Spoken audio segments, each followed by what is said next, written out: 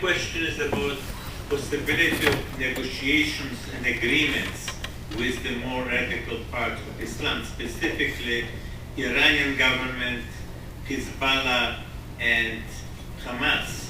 I would like you to discuss the concepts of taqiyya, I think the right or obligation to lie to infidels, I think especially Shiite religion version, and also the question of Prophet Muhammad agreement, I think Jewish tribe, Bnei Quraysh, I think, which he felt free to break, and therefore there is the imitatio Dei. If the Prophet could do it, why can't we do it? And therefore the question is, are any agreements with Hamas, Hezbollah, and Iran, who broke the international understanding that embassies are sacrosanct, and who lied probably, or not, almost certainly, about not intending to produce nuclear armaments, are those negotiations possible and meaningful?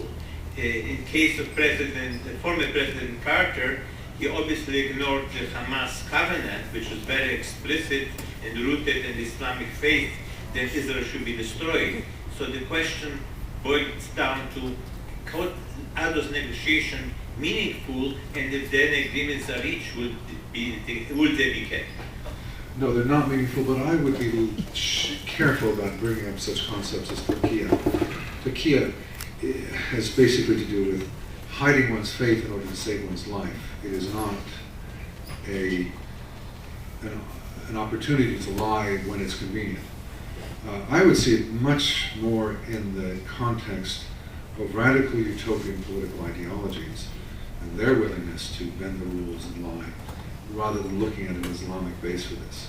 The fact that the Iranians are lying, well, has many precedents for other states having lied in similar ways. I'd be careful about ascribing that to Islam and look more at the kind of state it is, the kind of movement it represents. And the same would go for Hamas and Hezbollah. These are terrorist movements. And terrorist movements, granted they have other sides to them, but they are ultimately basing their strength is ultimately based on their ability to engage in terrorism. Other terrorism, meaningful? of course not. But I'm conceding a point readily that former President Carter was making a big mistake. Yes, but looking as to why they are the way they are, and I say terrorist movements lie. Radical states like Iran lie. Extremist states like that lie. And I would just be careful about ascribing that to Islam. I mean, look at North Korea. North Korea has nothing to do with Islam, yet it's violated every agreement. I think the principle here is you don't negotiate with totalitarians. And if you do, then expect lies, because that's what you're going to get. That is the methodology of any totalitarian regime, whether it's communism, fascism, any type of imperialism. Any type of totalitarian ideology is going to use lying as a tactic. And there's no point in negotiating with any totalitarian ideology. Negotiations are futile with somebody who wants to kill you and establish their ideology over your life. So I agree completely. Islam is irrelevant to that discussion. It's their totalitarian nature that makes them unnegotiable. That's not a word, but that you wouldn't want to negotiate with any totalitarian.